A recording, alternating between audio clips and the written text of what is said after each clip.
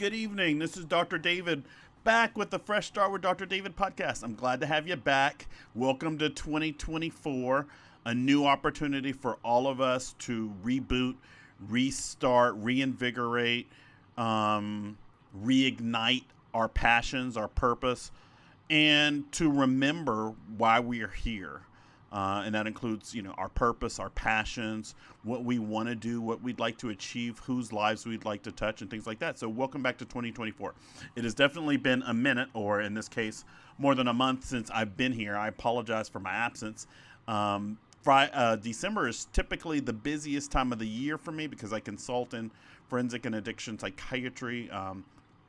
And it's a busy year because a lot of attorneys and law firms and different entities are trying to get their cases done for the year and close things out and those types of things. A lot of employers who have workers' comp cases want to get those solved with their employees by the end of the year. So December is typically the busiest month for me, followed by probably like January, which is kind of a carryover from December, but then the start of the new year too.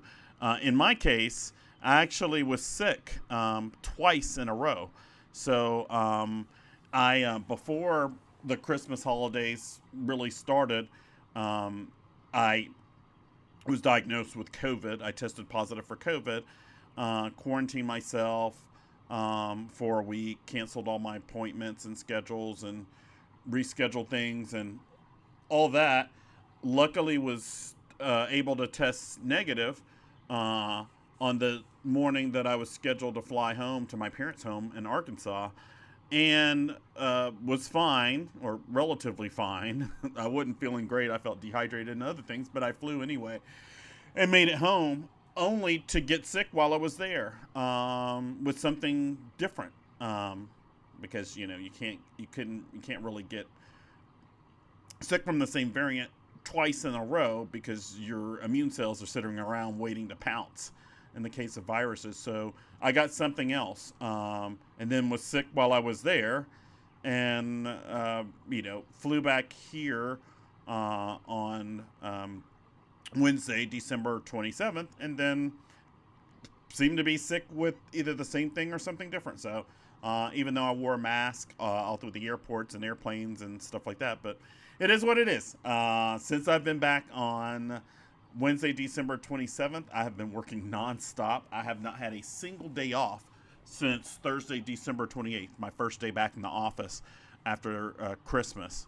And here I am at 7:50 p.m. on Saturday, January 6th, 2024, recording a podcast after seeing clients all day and working on consulting work and stuff like that. So I've been busy, to say the least. Not only that, but I also have been, my neck has been killing me. I don't usually share a lot of personal stuff, but I was in a mild car accident on October 30th. My neck has been killing me ever since, even though it was a mild accident. I think because I was bracing for it and honking my horn for 3 or 4 seconds, and this kid hit me anyway.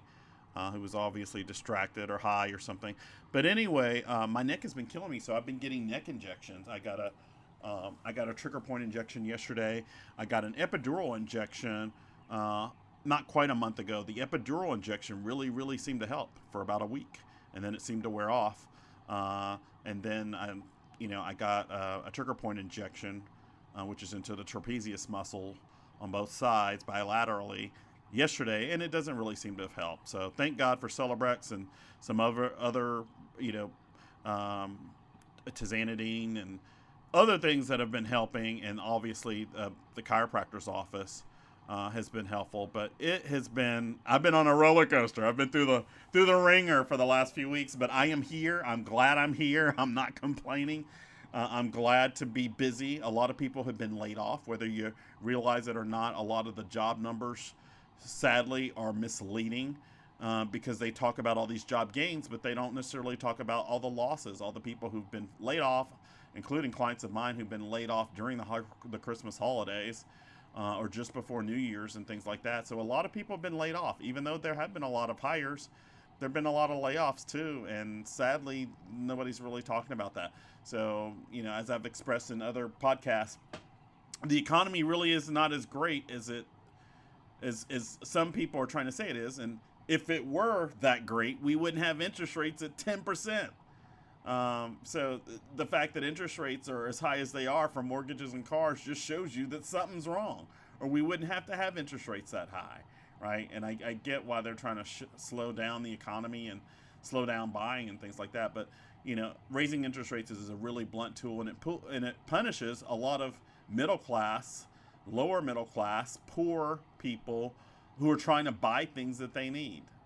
Sadly, like a car, because their old car has given out, or buy their first house, or anything else. So, and as you may or may not know, a lot of the rises in prices, inflationary prices in the housing market were because of institutional buyers, large companies coming up and buying whole neighborhoods. And so you, as a home buyer, prospective home buyer, were competing against, Berkshire's Hathaway and all these large companies who have unlimited funds almost to buy up houses and neighborhoods. And that's what heavily drew up the housing prices. And nobody's really talking about that much. Of course, there's stories about it in Forbes and the Wall Street Journal and all those places like that, but not that many people on TV are talking about it, sadly. But anyway, I'm glad to be here in 2024. I'm glad that you are with me. I'm really excited. I just announced on Facebook and other places that I now have a second office location conveniently located at the largest professional office complex in the heart of Buckhead. So I'm really excited about that. That's a huge milestone. And I look forward to having a more convenient location for people who are located in and around Buckhead. I'm really, really excited about that. So, and it's a new challenge for me because I'm going to have to keep track of when I'm supposed to be at my Decatur office and when I'm supposed to be in Buckhead and those kind of things. So, but you know what? It's an opportunity to grow. So you have to seize the day. And I try to get my clients to do that every day. And I always say, in order to grow, you have to take risks, financial risks, emotional risks, love risks, if you are in a relationship, or even with relatives, any kind of relationship. So you have to take risks in life, calculated risks, but risks nonetheless. So the more risks you take, the more you're going to gain. And there's not a single person out there who's financially or otherwise successful who didn't take some kind of risk, whether it's the risk they took to get to know the person that they married and have been married to for 30 or 40 years, or the risk that they took as a small business owner that led to the development of a company like Amazon or Apple or Microsoft, or I could go down the list. But it all started with risk. So if you want to grow, if you want to gain, and consequently if you want to heal what's going on with you internally, mentally, psychologically, you have to take some risks, right? And I always try to encourage people to take some risks with your mental health in terms of reach out for life coaching. Even if you don't want to go to a psychiatrist or a therapist, reach out to somebody like me. Go to a life coach, go to a therapist. Do something that allows you to provide the self-care that you need and to grow as a person. So with that, I welcome you to 2024, and I'm really, really excited about me growing this year and about you growing with me, and about growing the audience and growing the outreach. Part of the reason why I'm doing this is because I want to reach people. I want people to be touched. I want to connect with people in a way that inspires them to be the best versions of themselves, like I do with my clients.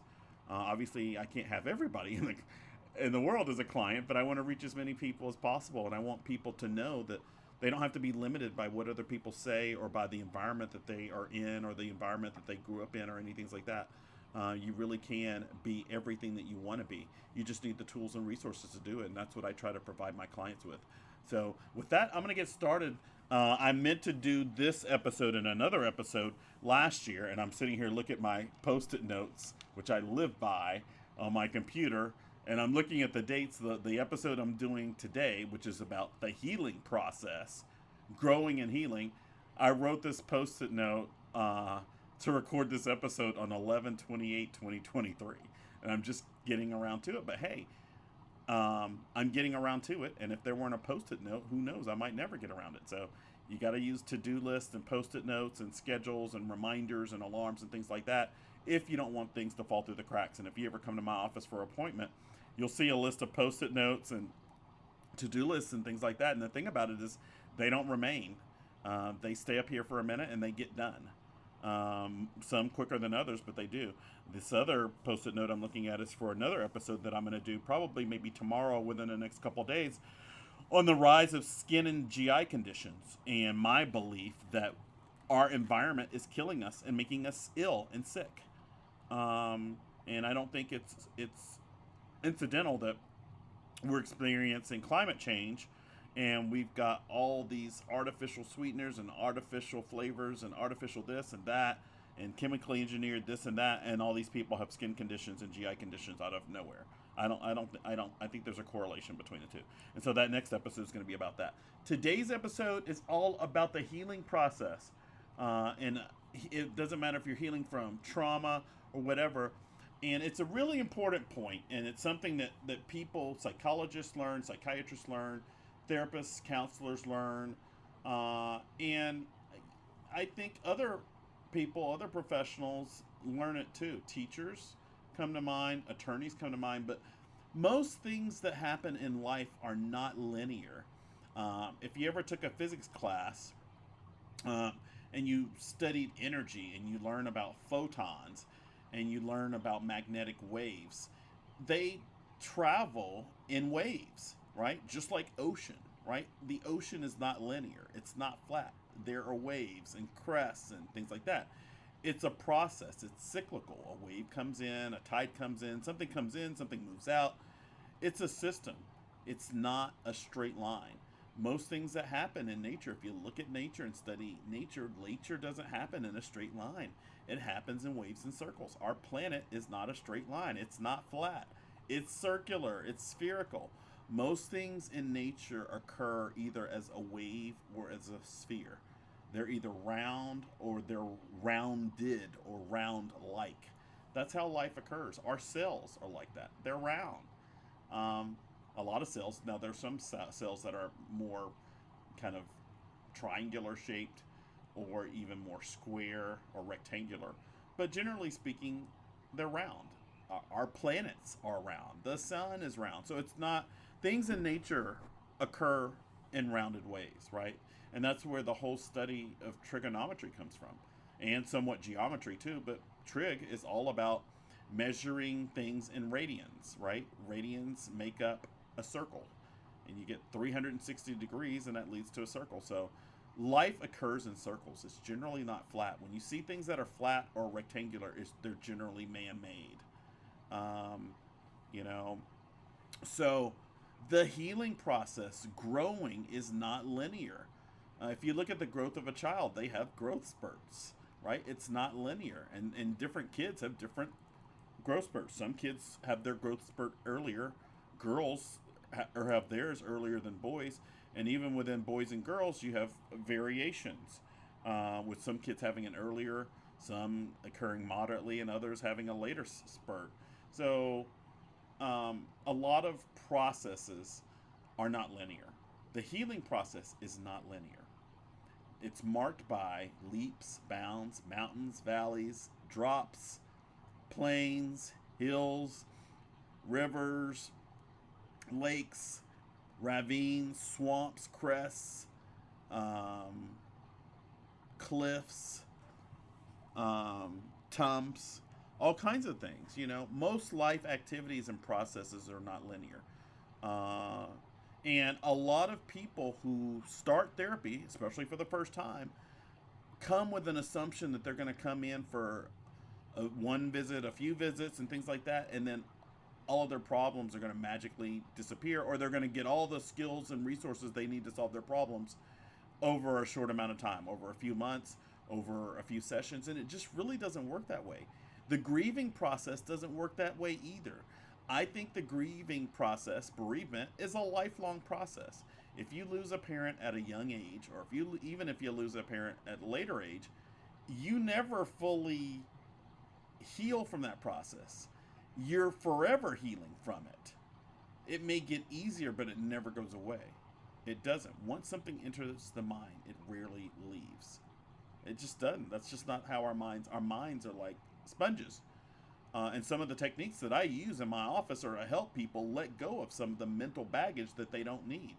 Um, but generally speaking, um, your healing journey, whether it's a psychiatric one or a psychological one, or you know, relationship one, or just kind of an inner journey, is not going to be linear. There's going to be good days and there's going to be bad days. There are going to be drops. There are going to be shifts. There are going to be setbacks, and you've got to keep going despite those. And you know, I really, it pains me to see some clients who come in who are really gung ho, doing all the work, and then they have a setback or a series of setbacks, and then they give up. And you know, sometimes they blame me. They go, "Well, you know what? You know, Dr. David, Dr. Wright just doesn't know what he's doing," or you know, whatever. And you know, I'm not perfect. I'll be the first one to admit that. I'm not perfect. But the thing about it is it's an expectations game. It's just like starting a business or anything else. If you start a business, the first few years are going to be rough. I don't care how much money you have. I don't care how much of a strategic business plan you have, or how much you've mitigated risks, or found opportunities, threats, weaknesses, strengths, all that kind of stuff. There's always going to be stuff that you don't count on. And you're going to have to juggle a lot of things at the same time. Life can get busy, and usually it gets busy when you don't necessarily expect it to. In this case, we have, you know, came off of a worldwide pandemic that really, really affected our quality of life and our mental health, and all of our institutions, financial, social, political, and otherwise, for 2020, 2021, 2022, and on into 2023. And I would even argue up until now. I mean, look at inflation. Look at prices inflated. Look at the price of beef. Look at the price of milk, eggs, all kinds of stuff that's still inflated right now. I kind of laugh when I hear some of the things in the news where they're talking about, oh yeah, there's only been a 15% increase. I'm like, yeah, 15% a year for the last 4 years. If you add all that up, that comes to like an 80% increase since 2020 or 2019. But I mean, and look at interest rates. We're still suffering and recuperating from the COVID-19 pandemic. And other stuff. I just got my flu shot today. My plan is to get one shot a month. I just got my flu shot. I guess at the beginning of February, I'll get the COVID-19 vaccine. And then a month after that, I'll probably get RSV. A month after that, I'll probably get the meningitis vaccine. And then after that, I'll probably get the varicella zoster, also known as the shingles vaccine. So, and I'm only going to get one a month. I'm not a big proponent. I know some people get 2 or 3 vaccines at one time, and I know a lot of pharmacies try to push vaccines, like companies push drugs, but I don't really think it's good to get a bunch of vaccines all at once. And I know anecdotally people who've had strokes and other things by getting a bunch of vaccines at the same time, especially people who are older and people with chronic medical conditions. So, you know, it's not something I recommend. People can do whatever they want, but I know in my case, I'll be getting one a month. I won't be getting 2 vaccines at the same time, period. But back to my point, though, you know, life is not going to be linear. There are going to be good times and bad times, happy times and sad times, challenging times and easier times, vacations and ruts. That's just how life is. And the healing process and bereavement and grief and things like that are no different. It's not going to be all rosy, but you can't give up when the going gets tough. And, you know, I try to reach out to past clients of mine and current clients too, and remind them that, hey, things are going to come up, and they're going to come up at the most opportune time, and you're going to want to give up. Don't do it. Don't give up. Don't give up on therapy. That doesn't mean that every therapist is the right one for you, or every life coach is the right one. It may not. You might have better luck with someone else, but don't give up. Because you're going to end up stopping therapy at the time you need it most. And what people really don't usually realize is they think, oh, well, I'm not where I want to be, or where I expected to be, or where I thought I'd be right now. Therefore, therapy has failed me. But what they don't realize is if they hadn't got therapy and coaching, they'd be worse off than where they are right now. And people don't look at that. And sadly, I think we kind of live in a world of entitlement where people expect that, and people aren't gracious enough and thankful enough and don't have enough gratitude about where they are versus where they could be. But people usually compare themselves to others and they're like, well, this person, does what I do and look where they are and look where I am, and the stuff that I've been doing hasn't worked. Well, I know in the case of my clients, I honestly believe a lot of them, if they didn't come to see me, would be worse off situations than they are now. And I think a lot of the ones who've dropped off or who've stopped for whatever reason or another are in worse off situations because they stopped. You need as much support as you can possibly get from somebody who knows what they're doing, somebody who's professional, and something who's invested in helping you grow and become the best version of yourself. Um, you really do. I mean, I have that. Um, and it doesn't matter how educated you are, how smart you are, or how self improvement oriented you are, or how cognizant you are, or how much mindset oriented you are, or how much insight you have into your personality in the world. Everybody needs some objective eyes, some objective lenses to help them navigate life, to zoom in and zoom out, to become macroscopic and microscopic at the same time. You just need somebody to help you with that. And in my opinion, it's not healthy to just rely on your friends and family to do that for you. You need somebody who's professionally trained and knows what they're doing in order to help guide you to be the best version of yourself. And it's like some of the other podcasts that I've done. I believe in season 2 about return on investment. Actually, return ROI was in season 1. We're now in season 3, but that episode on return on investment is a really good one, and it applies to everything in life. You get back what you put in, and if you're not getting back what you want or expect, then you need to put in more, not less. But people do the opposite. A lot of times when they're not getting back what they want, they put in less. Well, and then you're going to do what? Get less, even more less, and then they give up and have a downward spiral often. But if you're not getting what you expect, you've got to put more in, not less in. And that's true with a lot of things. Now, that doesn't mean you can't change course or alter course or shift something, but you've got to put in more. If you invest in the stock market on a monthly basis and you're looking at your returns on either a monthly basis or a yearly basis, in terms of dividends that are given back by the company that you've invested in, or rise in stock price, or both, you should be looking at both. If you're not getting what you want, that means you should be investing more, not less. you know but a lot of people do just the opposite, because they get disappointed. Don't let disappointment doom you. I should do a separate podcast just on that, but I think a lot of people do that. It's kind of like if you see a kid throw a temper tantrum, and they just kind of you know express this huge blow up, and they're giving up, and the world's over, and all this kind of stuff.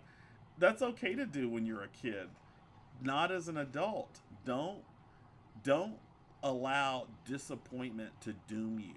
Rise above, and use resources that you have, like people like me, like a therapist, or a coach, a doctor, etc., or positive affirmations, or a podcast, or books, or other things that help inspire you and help you make it through the valleys and the plains and the swamps and the ravines and the hills and the crests and the cliffs, and all those kind of things. You need as much support as you can get, and it helps if you get the support from somebody who knows what they're doing. And with that, I'm going to end. This is a shorter podcast. This is I'm looking at like about 25 minutes here, but just remember, healing, growth, they are not linear. They're marked by ups and downs, and you should expect those ups and downs. And what you do is you create a system so you have padding during the ups and downs, just like a car has a suspension that helps it across bumps.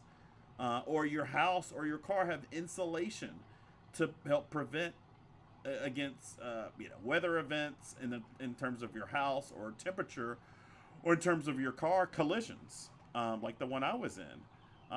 You need those kind of things. You need insurance policies, and that's what getting regular coaching and therapy provide. But don't expect the process to be linear. It just isn't. And if you have an expectation that it's going to be linear, you're just going to grow and grow and grow and not have any setbacks, then you're setting yourself up to fail. And with that, I'm going to leave. Like I said, I apologize that it's taken me so long to get another podcast out, but hopefully this one hits home. It's the beginning of the year, and it's a great time to remind people about expectations, whether it's losing weight or healing or restarting exercise, or lifestyle choices and habits, or diet, nutrition, or setting boundaries with people, or monitoring relationships, or work-life balance, or self-care, or any of those things. Just remember, they're not linear, and don't expect them to be. Nothing in life is linear. Generally speaking, there aren't that many things in life or on the planet that are linear. They don't. Things are cyclical. So with that, I wish you the best in 2024. And I believe that my next podcast is going to be about skin, the rise of skin conditions and GI conditions, and all these drugs like Skyrizi, etc., that are around that aren't really getting to the root cause of the problem.